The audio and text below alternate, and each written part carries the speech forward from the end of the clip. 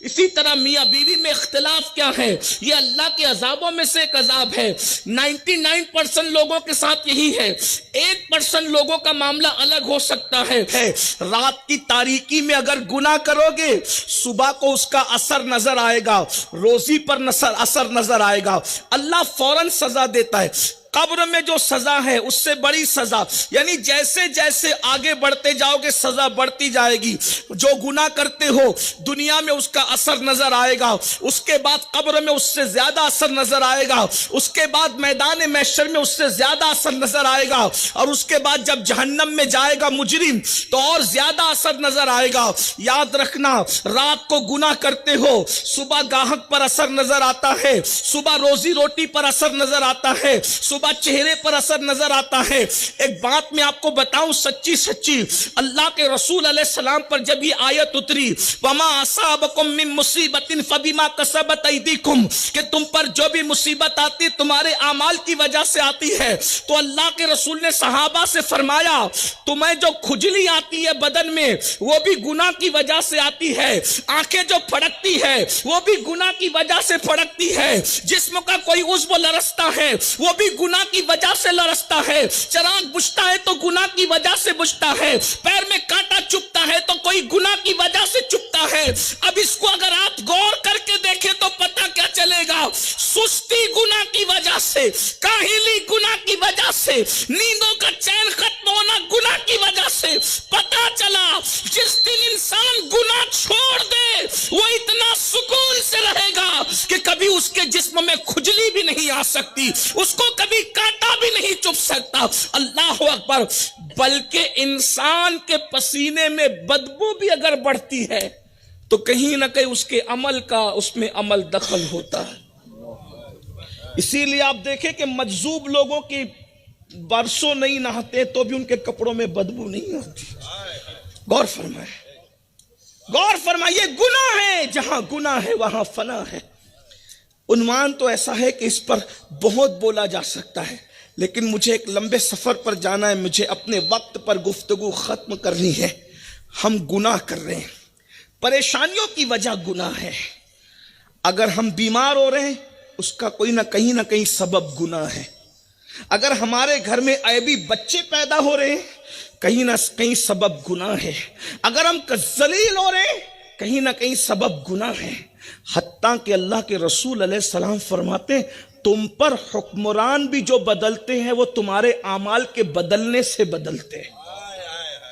مشکات شریف کی حدیث سے اللہ کے رسول علیہ السلام فرماتے جب تم میری نافرمانی کرتے ہو تو میں تم پر ظالم حکمراں مسلط کرتا ہوں، اور ان ظالموں کے دل میں تمہاری دشمنی پیدا کر دیتا ہوں، پھر وہ تم پر ظلم کرتے ہیں اور تم آہو بکا کرتے ہو، تم گڑ گڑاتے ہو۔ اللہ فرماتا ہے حدیث قدسی میں کہ تمہارا ان کے پاس گڑ گڑانا کوئی کام نہیں آتا، اگر گڑ گڑانا ہے تو میری بارگاہ میں گڑ گڑاؤ۔ میرے پیارے آقا صلی اللہ علیہ وآلہ وسلم کے پیارے دیوانوں، ہر انسان مسائل کا شکار ہے، ہر انسان بربادی کا شکار ہے، ہر انسان جو ہے وہ روزی روٹی کو لے کر، بچیوں کے رشتوں کو لے کر، رشتہ داروں کے معاملات کو لے کر، گھر والوں کے معاملات کو لے کر، دوستوں کے معاملات کو لے کر سب پریشان ہے، اور ساری پریشانیوں کی وجہ گناہ ہے۔ میرے بھائیوں، کب تک گناہ کرتے رہو گے؟ خدا کے عذاب کی شکلیں مختلف ہے۔ ان عذاب ربک لواقع ما لہ من دافع، بس اتنا سمجھ لو کتنا بھی نیک آدمی گناہ کرے اس کی سزا اس کو مل کے رہتی ہے، یا ٹھوکر لگنے کی وجہ سے سزا ملتی ہے، یا چوٹ آنے کی وجہ سے سزا ملتی ہے، یا پیر میں کانٹا چبھنے کی وجہ سے۔ اور اگر کافر بھی نیکی کرے، توجہ کر، کافر بھی نیکی کرے تو اللہ اس کی نیکی کا صلہ اس کو عطا کرتا ہے، اگرچہ دنیا میں اس کے لیے، آخرت میں کوئی صلہ نہیں لیکن دنیا میں اس کے لیے ہے۔ بہت ساری باتیں ہیں، صرف ایک بات آپ سے کہتا ہوں، آپ مجھے بتائیں بہت سارے کافر ایسے ہیں کہ جن کے یہاں دولت ابل رہی ہے، ان کو دنیا میں بظاہر سکون ہے، وجہ اس کا کوئی نہ کوئی عمل ایسا ہے دنیا میں جو بظاہر نیکی کہلاتا ہے۔ اللہ کافر کو بھی نیکی کا صلہ عطا کرتا ہے، اس کی بھی بے شمار مثالیں موجود ہیں، بے شمار داستانیں موجود ہیں۔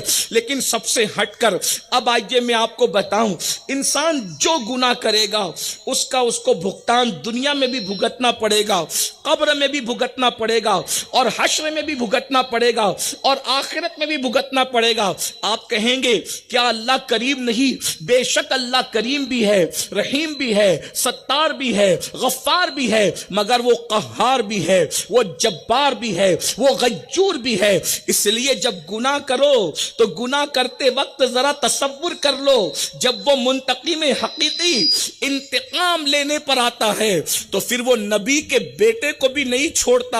اللہ کے پیغمبر کو کہتا ہے نوح، اپنی ہاتھ کی بنائی ہوئی کشتی میں تم اپنا بیٹا شامل نہیں کر سکتے، اس لیے کہ ہم اس سے ناراض ہیں۔ ذرا غور تو فرمائیں، حضرت نوح کی بنائی ہوئی کشتی میں خود کا بیٹا نہیں بیٹھ پا رہا ہے، یہ غیرت ہے، غیرت۔ اور اصحاب کہف کا کتا جنت کا دولہا بنایا جا رہا ہے، یہ رحمت ہے، رحمت۔ اگر رحمت کرنے پر آتے ہیں تو کتے کو بھی جنتی کر دیتے ہیں، اور غیرت کرنے پر آتے ہیں تو نبی کے بیٹے کو بھی جہنم کا ایندھن بنا دیتے ہیں۔ اس لیے انسان کو بہت سوچ سمجھ کر زندگی گزارنا چاہیے۔ اپنی گفتگو کو سمیٹتے ہوئے یہ بات یاد رکھنا، اللہ کے عذاب کو کوئی برداشت کرنے کی طاقت نہیں رکھتا۔ اگر اللہ اپنا عذاب پہاڑوں پر نازل کر دے تو پہاڑ بھی پگھل جائیں، پہاڑ بھی برداشت نہیں کر سکتے۔ میرے بھائیوں، یہ ٹینشن کیا ہے؟ یہ اللہ کے عذابوں میں سے ایک عذاب ہے۔ اسی طرح میاں بیوی میں اختلاف کیا ہے؟ یہ اللہ کے عذابوں میں سے ایک عذاب ہے۔ 99% لوگوں کے ساتھ یہی ہے، 1% لوگوں کا معاملہ الگ ہو سکتا ہے، آزمائش کے طور پہ، امتحان کے طور پر، کسی حکمت کے طور پر، لیکن میں اکثریت کی بات کر رہا ہوں۔